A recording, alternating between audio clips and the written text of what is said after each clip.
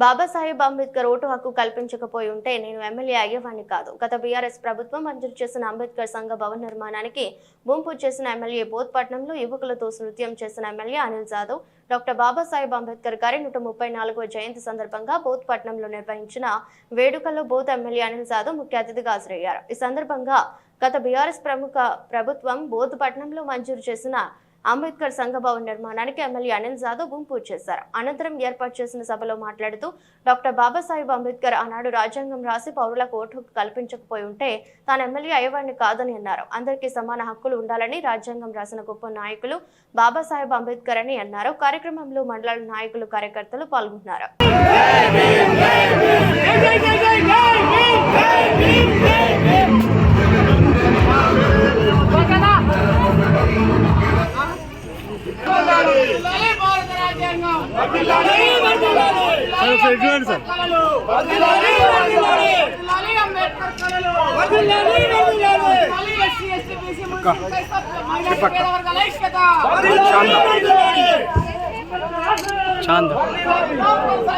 చాందా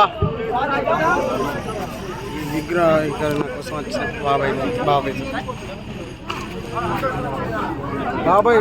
బాబాయ్ నచ్చింది.